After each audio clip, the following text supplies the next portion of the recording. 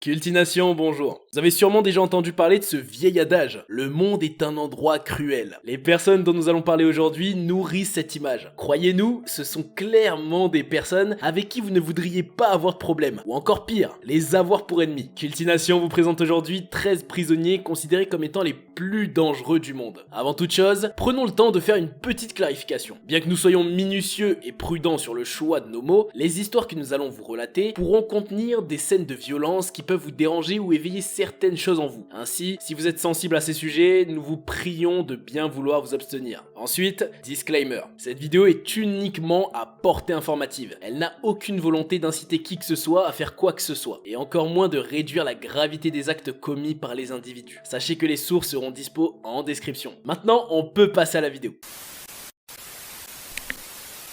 Nico Jenkins. Pour cette entrée en matière, nous avons décidé de vous parler d'un prisonnier qui est assez différent des autres. En voyant l'image, ce visage ne vous est certainement pas inconnu. Il est devenu viral en 2019. Mais savez-vous vraiment de qui et surtout de quoi il s'agit? Nico Allen Jenkins est un homme âgé de 35 ans. Tueur à gages de métier, il est reconnu coupable de 4 meurtres et de menaces. Après qu'il ait été libéré de prison à l'âge de 28 ans, il y est entré pour la première fois à ses 18 ans. Pour célébrer sa majorité européenne, Jenkins est condamné à 10 ans de prison. Mais il faut dire que c'était la suite logique. Bref, depuis son plus jeune âge, Jenkins multiplie les crimes. À 7 ans, il ramène une arme à l'école. À 15 ans, il se met à voler des voitures. Et toute son enfance et son adolescence ont été parsemées de délits. Incarcéré jeune, on aurait pu penser que Jenkins se remettrait sur le droit chemin. Mais que nenni, il ne fit rien de tel. En prison, la criminalité s'empare davantage de lui. Il participe à des nombreuses émeutes et se livre à des actes de violence contre les gardiens. En 2013, alors qu'il est libéré, Jenkins assassine, avec son arme à feu, 4 personnes en 10 jours. Un ancien co-détenu et 3 individus choisis au hasard dans la rue. Mais pas sans raison. En effet, Jenkins déclare avoir entendu la voix d'Apophis, ancienne divinité égyptienne des forces mauvaises et du chaos, lui réclamer des sacrifices humains. Mais alors, vérité ou stratégie de défense en faisant appel à des troubles schizophrènes? Il est le seul à avoir la réponse. Mais qu'en pensez-vous? Faites-le nous savoir en commentaire. Quelles qu'en soient ses raisons, Jenkins est déclaré apte à subir un procès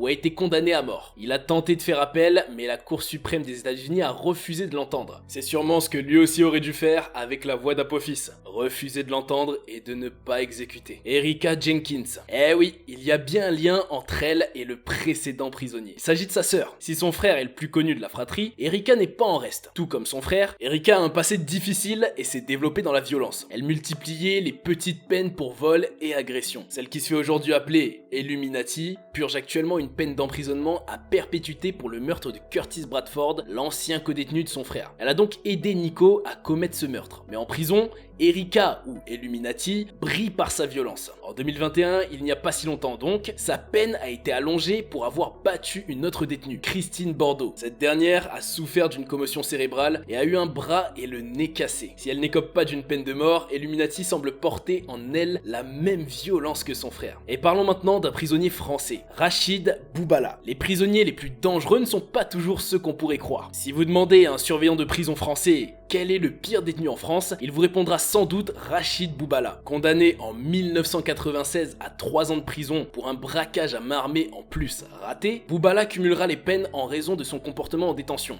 le rendant libérable qu'en 2039. Il refuse toute autorité, n'accepte pas sa détention et veut le faire comprendre. Il opère une forte résistance face au système pénitentiaire et ses agents. Il n'hésite pas à brûler sa cellule à 3 reprises. Il était surnommé le prisonnier le plus ingérable de France. Il ne fait que multiplier ses écarts. Par exemple, en 2002, il prend en otage une conseillère d'insertion et de probation. En 2005, alors qu'il a été transféré dans une nouvelle prison, il décide, cette fois-ci, de s'en prendre à un moniteur de sport. En 2013, rebelote, une nouvelle prise d'otage. Et cette fois, au motif bien surprenant. Il n'avait pas reçu son colis de Noël. Amateur de prise d'otage, vous me direz. Pas que ça. Il sait aussi se rendre insupportable aux yeux des agents. Par exemple, il enduisait la porte de sa cellule d'un mélange d'urine et d'excréments. Et il aspergeait les surveillants par la suite. Les personnels pénitentiaires sont obligés de revêtir des combinaisons de protection pour intervenir dans sa cellule. Au total, Boubala aurait fait plus de 40 établissements pénitentiaires et pour des séjours dépassant rarement les 4 mois. Le pire, pour certains, c'est que Rachid Boubala ne présente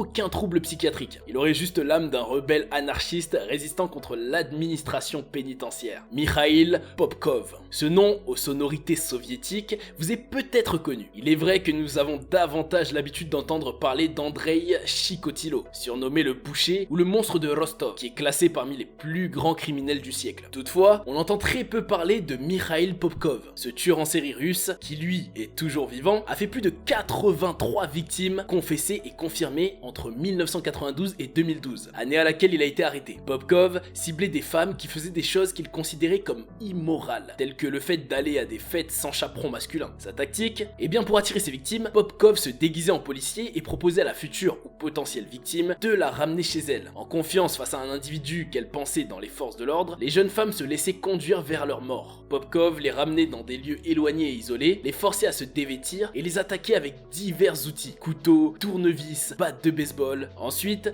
il commettait des actes nécrophiles, en portant atteinte à l'intégrité des corps. Après 2 décennies à échapper à la justice, celui qui se revêtait en policier finit par être arrêté en 2012. En 2015, il est condamné à vie pour 22 meurtres et 2 tentatives de meurtre dans un premier temps, et d'une nouvelle condamnation à vie pour le meurtre de 56 autres victimes. Il purge aujourd'hui sa peine dans une prison près du Kazakhstan appelée le Dauphin Noir. Charles Bronson. De l'autre côté de la Manche, en Grande-Bretagne, Bubala trouve son homonyme en la personne de Charles Bronson, de son vrai nom Michael Gordon Peterson. Ancien boxeur, lui aussi est incarcéré la première fois en 1974 pour un braquage raté. Des violences en milieu carcéral, que ce soit envers ses codétenus ou le personnel pénitentiaire, lui vaudront l'allongement de sa peine. Il est relâché en 1988, mais après seulement 69 jours de liberté, il sera de nouveau arrêté et encore une fois pour braquage. Il est remis en liberté en 1992, mais cette fois, il ne passera que 53 jours à l'air libre. Il sera de nouveau arrêté et incarcéré, et ce pour la dernière fois, car il n'en sortira plus. Bronson commettra de nombreuses infractions, coups et blessures volontaires, dommages criminels, lésions corporelles graves, car rappelons-le, c'est un boxeur. Il sait comment faire mal, mais aussi séquestration, chantage, prise d'otage et menaces de mort. En raison de ses récidives, Bronson a passé une grande partie de son incarcération en isolement. Il est intéressant de se demander si cet isolement répété n'aurait-il pas eu un effet inverse. Plutôt que de contenir Bronson, l'isolement l'aurait rendu davantage instable. Aucun prisonnier de Grande-Bretagne n'a autant été transféré et eu de conflits avec les surveillants que Bronson. Un jour, Bronson s'est même enduit d'huile pour se battre avec un gardien et empêcher les autres de le maintenir. L'huile rendant sa peau glissante et lui permettant donc d'être intenable. Il a été déclaré comme fou par les institutions psychiatriques, même si lui ne se considère absolument pas malade mental. Il a été envoyé en clinique spécialisée, une étape compliquée pour lui, à tel point qu'il a décidé de s'en prendre à l'un des patients qui s'y trouvait pour être de nouveau renvoyé en prison. Heureusement, la victime a survécu, mais Bronson a obtenu ce qu'il voulait, la prison. Actuellement, à la prison de haute sécurité de Wakefield, Bronson a écrit ses mémoires, des recueils de poèmes et même un ouvrage sur la musculation en espace réduit. Faut dire qu'il a dû apprendre à s'occuper et à entretenir sa forme dans ses cellules. Soit dit en passant, Bronson peut faire 1727 pompes et 1790 crunch en 1 heure. Preuve que sa méthode fonctionnait. En 2008, un film au titre éponyme lui est consacré. Tom Hardy, connu pour ses rôles dans Venom, Mad Max ou encore The Revenant, a interprété le rôle principal. N'hésitez pas à le regarder pour en savoir davantage sur celui qui est considéré comme le détenu le plus agressif de Grande-Bretagne, Thomas Silverstein.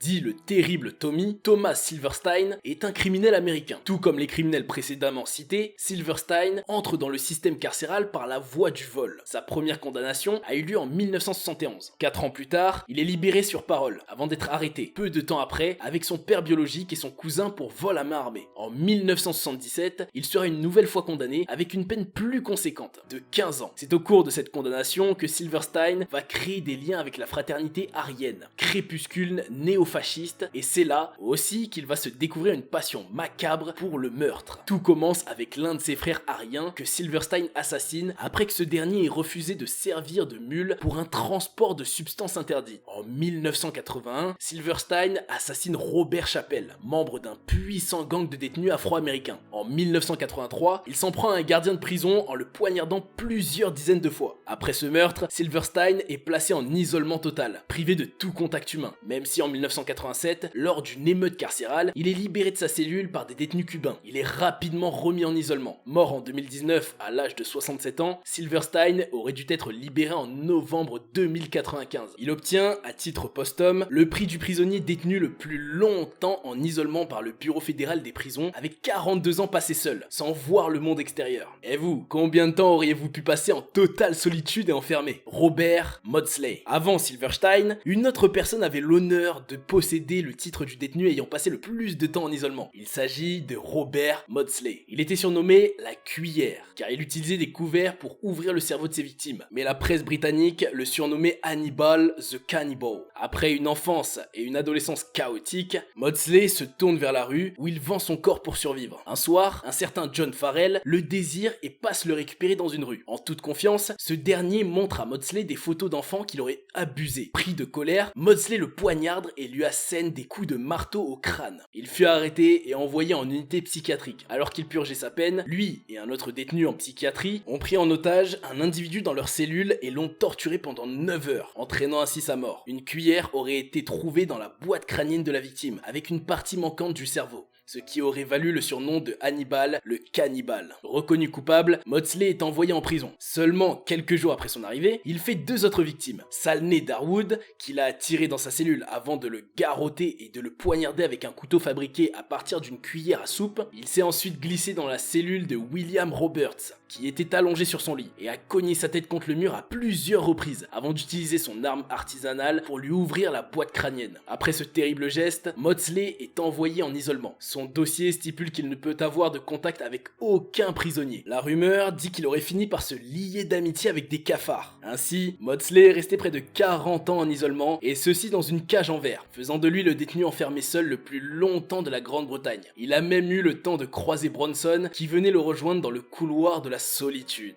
Joanna Dennehy. Nous avons envie de vous parler d'une autre femme, Joanna Dennehy. Tout comme Nico Jenkins, sa folie meurtrière s'est étalée sur 10 jours. Durant ce court laps de temps, Dennehy a tué 2 de ses colocataires et son propriétaire avant de tenter d'abattre 2 autres hommes dans la rue qui promenaient leurs chiens. Tout comme Jenkins, elle avait une raison, mais plus honnête. Elle voulait tuer pour voir ce que ça faisait. Puis, elle y a pris goût. Dans son journal, retrouvé par la police, elle expliquait qu'elle avait pour objectif d'assassiner 9 hommes au total. Ainsi, par son arrestation, la police a protégé 7 innocentes potentielles victimes. Durant toute la procédure judiciaire, Joanna a été placée en isolement, soit pendant 2 ans. À la fin de ces années, Dennehy a été condamnée à la prison à vie et le juge a ordonné qu'elle ne soit jamais libérée. Et l'une des 3 seules femmes de Grande-Bretagne avec Rosemary West et Myra Hindley à avoir écopé d'une telle condamnation. En 2019, Dennehy est transférée à la prison de Low Newton, où se trouve aussi la tueuse en série Rosemary West. Toutefois, Dennehy ne va pas y rester longtemps. En effet, la jeune femme va se donner comme projet de s'occuper de West, si vous voyez ce qu'on veut dire. Ainsi, les responsables de la prison ont décidé de déplacer Dennehy. Aujourd'hui encore, et bien qu'enfermée à perpétuité, Joanna essaye toujours d'attirer les hommes vers elle. Elle a entretenu plusieurs relations amoureuses avec des détenus. En effet, le journal The Sun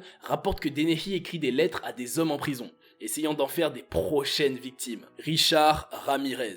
Pour continuer dans la lignée des prisonniers n'éprouvant aucun remords, nous appelons Richard Ramirez à la barre. Connu sous le pseudonyme de Night Stalker, Ramirez s'introduisait la nuit chez ses victimes et les assassinait en utilisant une variété d'armes et de méthodes différentes. Il est sans doute l'un des tueurs en série les plus notoires. La série documentaire Netflix Le Traqueur de la nuit, chasse à l'homme en Californie le concernant, l'a rendu davantage connu du public. Ainsi, dans ce documentaire, nous ne nous étalerons pas sur son enfance, sa jeunesse et sa vie de crime, mais sur ce qui en fait un prisonnier dangereux. Avant même la série documentaire, Ramirez possédait un fan club. En dépit de ses atroces crimes et de son amour affirmé et avéré pour Satan, Ramirez a conquis le cœur de bien des femmes. Durant son incarcération, il recevait des tonnes de lettres. Certaines femmes venaient même assister à son procès et tombaient dans les pommes en le voyant. Un jour, il a même reçu un questionnaire d'amitié pour apprendre à le connaître. Et Ramirez, lui, répondait à tous ses courriers. Il manageait son fan club de l'intérieur de la prison. Ainsi,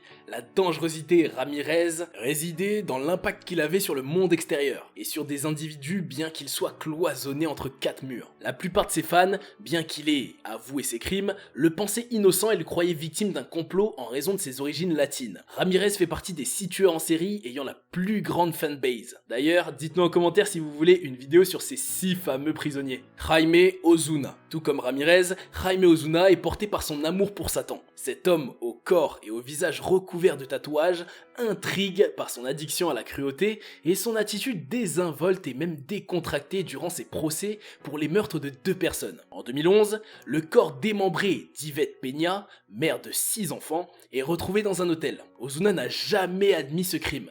Il clame son innocence et espère tout de même que la famille retrouvera les assassins. Mais ses interviews donnaient aux médias une impression sur sa fascination pour le macabre et sa facilité à décrire la violence qu'il faisait subir à des animaux, mais aussi les preuves contre lui nous laissent sceptiques quant à son innocence. Le second meurtre, celui de son codétenu Luis Romero, a lieu en prison. Romero est trouvé décapité, le doigt coupé et l'œil arraché dans sa cellule. Les autorités pensent qu'Ozuna a fabriqué une arme avec un rasoir, et que c'est lors d'un assaut brutal de nuit qu'il l'a utilisé contre Romero. Bien qu'Ozuna ait plaidé non coupable, de nombreuses preuves sont contre lui. Lors de l'audience de condamnation de son nouveau forfait, Ozuna n'a montré aucune réaction à la décision du juge. Il a semblé s'ennuyer tout au long des 90 minutes de la procédure, dont il a passé la plupart avachi sur une chaise, les yeux fermés et aurait balancé à un moment « I will do it again », qui veut dire « je le referai encore ». Il a été diagnostiqué avec un spectre de schizophrénie non spécifié, un trouble de la personnalité antisociale, un trouble de la personnalité limite et un trouble de stress post-traumatique. En prison, il fait également face à des accusations de torture, de chaos et de possession d'armes. Une vraie racaille. Charles Manson. Enfin, nous voulons conclure la vidéo d'aujourd'hui avec l'horriblement célèbre Charles Manson. Et pourquoi cela? Eh bien, contrairement aux autres détenus, qui inquiétaient par leur physique et leur agressivité, Manson inquiétait par sa capacité à fédérer, une capacité très dangereuse. Rappelons-le, celui qui pourtant a été diagnostiqué avec un QI très bas, a réussi, avec des paroles des Beach Boys, à rallier de nombreuses personnes à sa cause et à les ramener à commettre l'irréparable. Manson était un gourou à la tête d'une secte d'individus qui, pour lui, ont multiplié les crimes, allant du vol jusqu'à l'assassinat. Ainsi, bien que considéré comme fou pour certains, dans l'enceinte d'un établissement pénitentiaire, Manson était capable de manipuler et d'influencer les autres détenus, de les conduire à commettre certains actes. Malheureusement, la folie aura eu raison de lui, et l'administration pénitentiaire ne l'a plus vu comme un danger. Et voilà, c'est tout pour aujourd'hui. Nous espérons que cette vidéo aura été informative et qu'elle vous aura appris quelques trucs. Dites-nous en commentaire si vous connaissiez tous les prisonniers de cette liste. Et surtout, n'hésitez pas à liker et à vous abonner, ça nous fait toujours plaisir. Encouragez-nous à en faire plus. Cultination vous propose et vous proposera du contenu assez instructif comme souvent. N'hésitez pas à faire un tour pour voir vos anciennes vidéos si vous êtes nouveau. Allez, à bientôt sur Cultination.